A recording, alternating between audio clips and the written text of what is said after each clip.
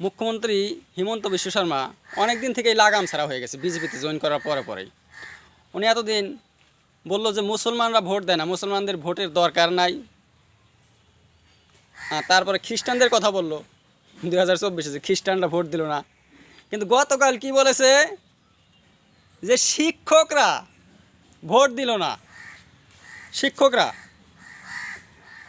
আসামের যেগুলো শিক্ষক বা ভারতের শিক্ষকও উল্লেখ করে নাই বোধ হয়, শিক্ষকরা ভোট দিল না। আর ভোট তো দিল না বলছে যে শিক্ষকরা আমাদেরকে ভোট দেয় নাই। সঠিক সময় স্কুলে যাওয়া শিক্ষকরা ভোট না দিলে আমরা কষ্ট পাই। শিক্ষকদেরকে দুই ভাগে ভাগ করছে। কিছুগুলো শিক্ষক কি করে, সঠিক সময় স্কুলে যায়, আর কিছুগুলো সঠিক সময় যায় না।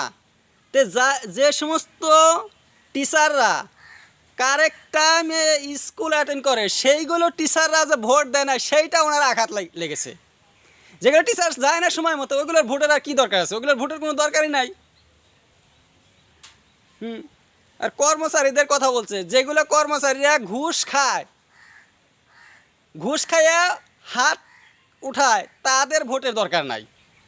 যেগুলো কর্মচারীরা ঘুষ খায় না, ভালো কর্মচারী, সেইগুলো কর্মচারী যদি ভোট না দেয় সেটা কষ্ট লাগে।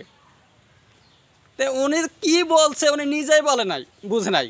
ওনার যে কুড়ালটা ওনার যে পায়ে লেগেছে উনি খেয়াল করে নাই। আচ্ছা, কর্মচারীরা, যে সমস্ত কর্মচারীরা ঘুষ খায় না, ওগুলো কর্মচারী তো ভালো বুদ্ধিমান কর্মচারী।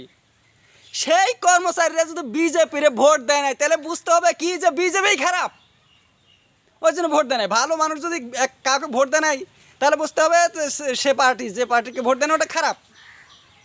কিন্তু এইটা উনি খেয়াল করে নাই, ওনার হুঁশ হারিয়ে গেছে হিমন্ত বিশ্ব শর্মার। আচ্ছা, ঘোষ কেরা খায় না বলছে? ঘোষ খায় না যারা, তারা যদি ভোট না দেয় কষ্ট লাগে। আচ্ছা, থানা পুলিশের কাছে থানায় গেলে ঘুষ না দিলে কাজ হয় না। ন্যায় অন্যায় নাই, ন্যায়টা অন্যায় হয়ে যায়, অন্যায়টা ন্যায় হয়ে যায়। এগুলো পুলিশ দারোগা পুলিশ কিচ্ছু চোখে দেখে না। আসামের মধ্যে, ভারতের মধ্যে এমন কোনো থানা নাই যেখানে ঘুষ নেয় না, ঘুষ ছাড়া কাজ চলে। কোনো অফিস নাই যেখানে ঘুষ ছাড়া কাজ চলে। এটা কি হিমন্ত বিশ্ব শর্মা জানে না? যদি ছেলে মেয়ে খারাপ হয় সেটা কার দোষ? মা বাবার দোষ। মা বাবারা জানে আমাদের ছেলে কেমন, মেয়ে কেমন। তেমনি করে এই যে দেশের যে অফিস আদালত যে ঘুষারু, এটা কাদের জন্য হয়?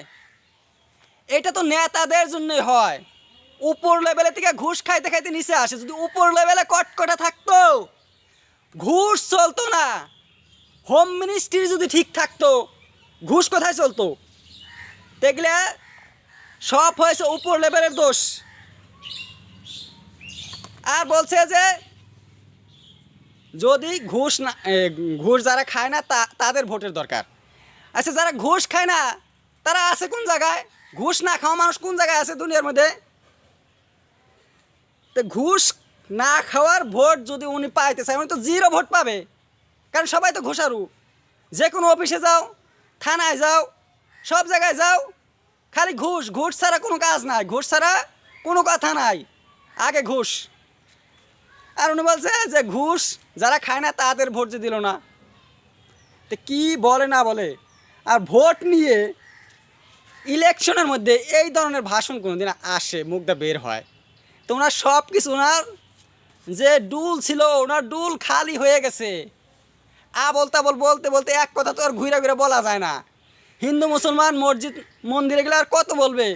খ্রিস্টানও বললো, খ্রিস্টান বললে আবার মুখ থেকে চাখাইলো, লজ্জা পাইলো যে খ্রিস্টান তো ভোটই নাই ভারতের মধ্যে, অল্প কটা ভোট। আর খ্রিস্টানদের নাম নেওয়াটা কী কথা হইলো? এটা তো খারাপ হয়ে গেল। আর খ্রিস্টান মুসলমান তো আলাদা। তারপরে উনি এখন কি করলো যে এই ধরনের কথাগুলো বলা শুরু করছে, শিক্ষকরা ভোট দিল না। আর শিক্ষকরা ভোট দিল না দিল, উনি ওনার কি বলছে যে আমরা শিক্ষক, আমরা ভোট দিলাম না। সবাই আর্মিরা যদি ভোট দেয়, সব অফিসাররা যদি ভোট দেয়, শিক্ষকরা কেন ভোট দেবে না? তো এই ধরনের বিভাজন ওনার কোন থেকে মাথায় এগুলো আসে কি করে? তো যাদের লেখা আমরা ছেড়ে গেছে, পাগলের মতো, যে কানা গরুর জুলাইতা পথ, যে চোখে দেখে না এই পাশে পাশে রাস্তা যে কোনটা সেটা দেখবে না, এটা হচ্ছে কানা গরু।